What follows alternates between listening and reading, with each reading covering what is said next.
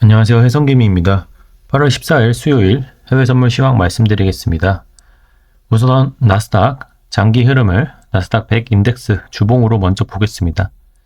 나스닥은 대파동 1파동을 2002년 10월 말부터 시작해서 2007년 10월까지 진행한 후에 2008년까지 대파동 2파동이 나왔고, 대파동 3파동은 이후 2021년 말까지 진행되었고, 4파동은 2022년 말까지 진행한 후에 현재는 대파동 5파동 구간으로 보고 있습니다.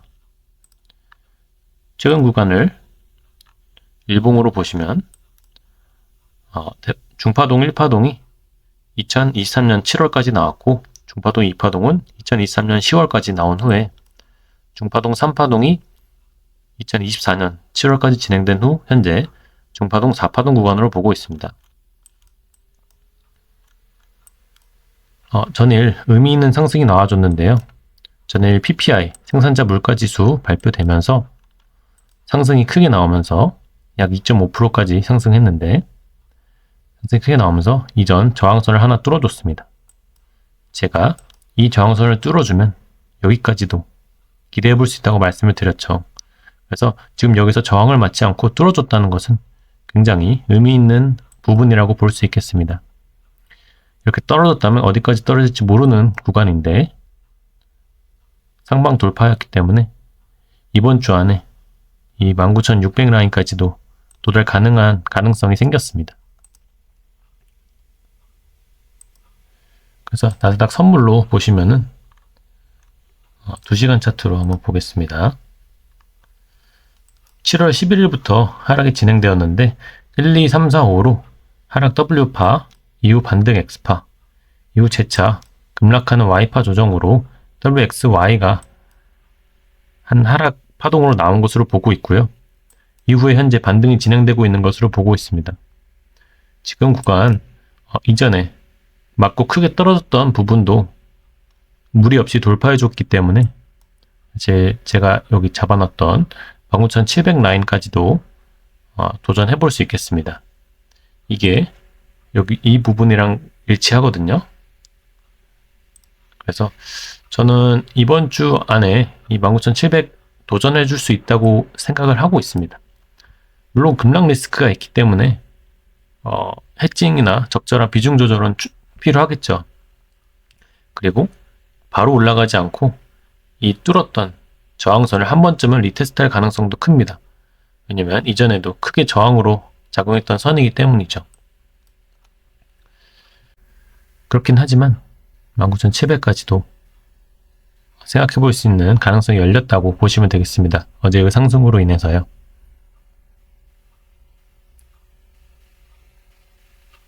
제가 상승을 보는 또 다른 이유 중에 하나는 바로 롱숏 비율인데요.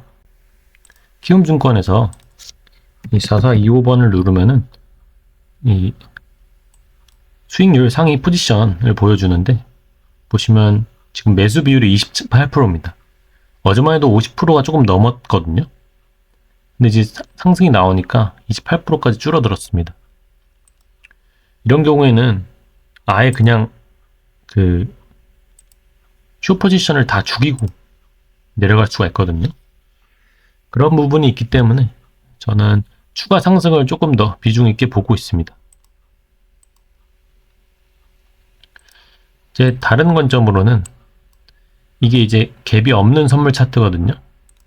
이거는 갭이 포함된 거고, 이거는 갭 없이 봤을 때 선물 차트인데, 그렇게 봤을 때는 이 이전 3파동 채널이었죠. 제가 이전에 그려놨던 거. 현재는 이제 3파동이 깨진 걸로 보고는 있지만, 그래서 3파동 채널의 하단에 다시 맞닿아 있습니다.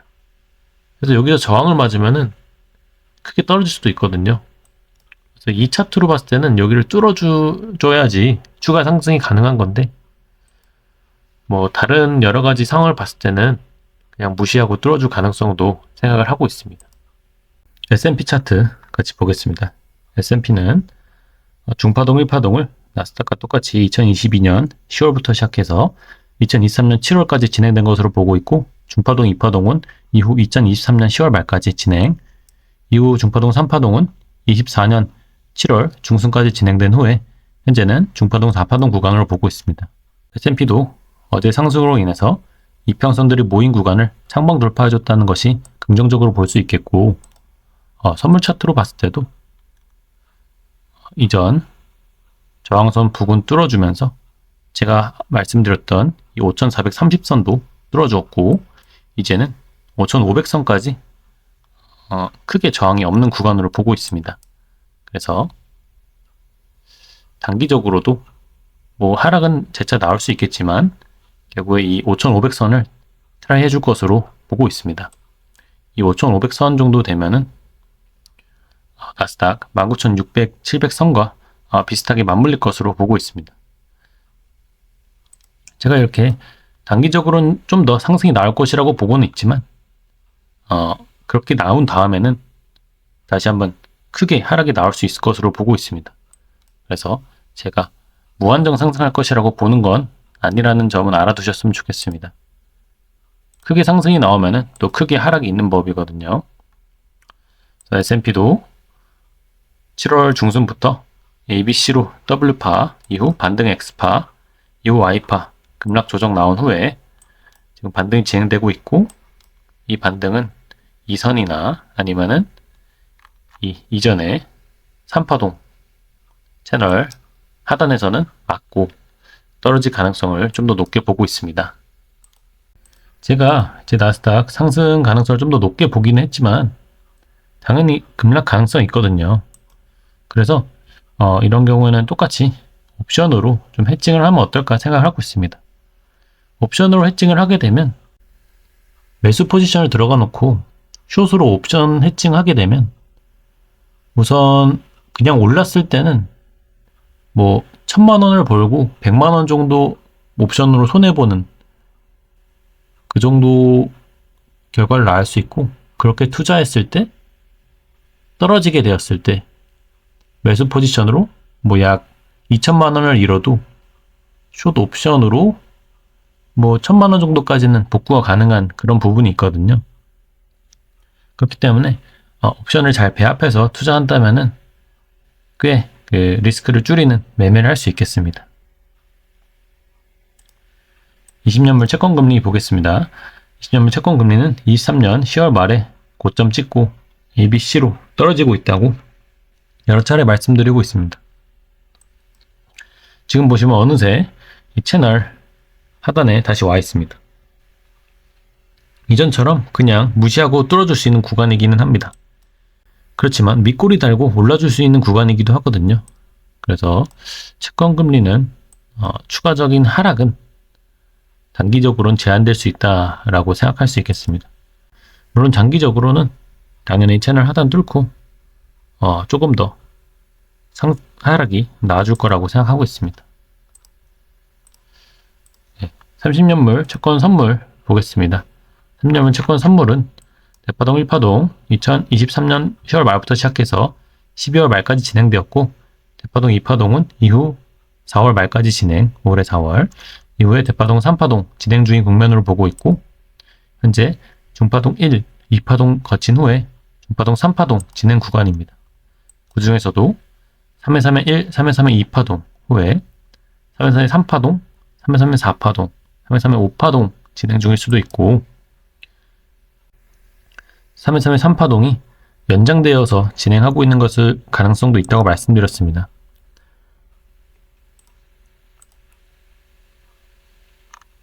전일 긍정적이었던 점은 어쨌든 채널 상단을 계속 지켜줬다는 모습인데요. 결국 지켜주더니 크게 상승해주는 모습 보였습니다. 결국 장기적으로는 계속 말씀드리지만 이전 고점은 넘어줄 것으로 보고 있거든요. 하지만 이제 오늘만 봤을 때는 이제 지금 채널 하단에 위치해 있기 때문에 쉽사리 상승은 어려울 수는 있습니다. 그래서 오늘 지표 한번 지켜보겠습니다. 유로입니다. 유로는 제가 차트 계속 좋다고 말씀드렸던 종목이죠. 대파동 1파동을 2022년 10월부터 시작해서 2023년 7월 중순까지 마무리한 후에 최근에 2024년 4월까지 대파동 2파동을 진행하였고, 현재는 대파동 3파동 구간으로 보고 있습니다. 최근 3회 1, 3회 2파동 거친 후 다시 한번 상승 조정 후에 다시 상승이 나오고 있는 구간인데요. 3회 3회 1, 3회 3회 2, 3회 3회 3 구간으로 보고 있습니다. 그렇기 때문에 이렇게 강력한 상승이 나오고 있는 것이라고 볼 수 있겠죠. 최근 영상들 챙겨보셨던 분이라면 알겠지만 제가 거의 일주일 그 전부터 계속 유로 떨어질 때마다 매집해가라고 말씀드렸습니다. 이 구간은 조금 다소 애매한 구간이었을 수는 있지만 한번 돌파 상승해주는 이상 다시 한번 상승해줄 것이라고 계속 말씀드렸죠. 그래서 제 말대로 하셨던 분이라면 그래도 좋은 수익 얻어가시는 구간이라고 보고 있습니다. 저는 이전 고점 돌파해주면서 이 구간 1.11까지도 도달해줄 수 있는 가능성을 생각하고 있습니다. 골드입니다. 골드는 제가 2023년 10월부터 대파동 3회 3회 3파동 진행하고 있다고 말씀드렸고 현재는 그 중에서도 소파동 5파동 구간이라고 말씀드렸습니다. 그리고 5파동은 간단하게 봤을 때 소파동 1, 2파동 후에 3파동 진행하는 구간이라고 말씀드렸는데 그러면서 이 구간 2420에서는 2400을 손절점으로 잡고 매수할 수 있다고 말씀드렸습니다. 그리고 전일에는 2510 구간에서 매도하시라고 말씀드렸죠. 물론 반 정도 가지고 고점 넘기는 거 볼 수 있다고 말씀드렸습니다. 지금 아직 가지고 계신 분이라면 요 정도 2500 선을 기준으로 나머지 포지션 종료 걸어두면 되겠습니다. 2500을 하방 이탈하면은 한 번 더 약간 삼각수렴 형태로 조금 차트가 어긋날 수 있거든요. 그래서 아직 포지션 가지고 있는 분이라면 2500을 포지션 종료로 설정해 두고 2500을 터치하지 않는다면 쭉 가져가는 게 좋아 보입니다. 크루드 오일입니다. 크루드 오일은 대파동 1파동을 2020년 4월부터 시작해서 2022년 3월까지 진행한 것으로 보고 있고 이후에 ABC로 하락 W파, 반등 X파, 이후 삼각수렴 Y파를 진행한 것으로 보고 있습니다. 현재는 Y파가 끝난 것일 수도 있고 삼각수렴이 이렇게 7개 파동으로 한 번 더 나타날 수도 있습니다. 저는 그래서 전일 하락이 진행됐는데 추가적인 하락이 진행돼서 하단 쪽으로 온다면 매수 다시 잡아볼 수 있는 기회라고 생각하고 있습니다. 이전에 이 채널 하단을 급격하게 깨주면서 삼각수렴이 아닌 것처럼 이제 모습을 보이다가 다시 한번 급격하게 올라줬거든요. 그 말은 이제 이게 삼각수렴의 일부라는 뜻이 되기도 하고 그래서 이미 ABCDE로 삼각수렴 끝난 후 1, 2, 3으로 치고 나갈 수 있는 가능성도 있기 때문에 제가 매수를 고려하는 것입니다. 그게 아니더라도 한 번 더 삼각수렴이 나오더라도 그러면 다시 재차 상승할 가능성이 있기 때문에 좀 더 하락해준다면 충분히 매수 들어갈 수 있는 구간이 되겠습니다.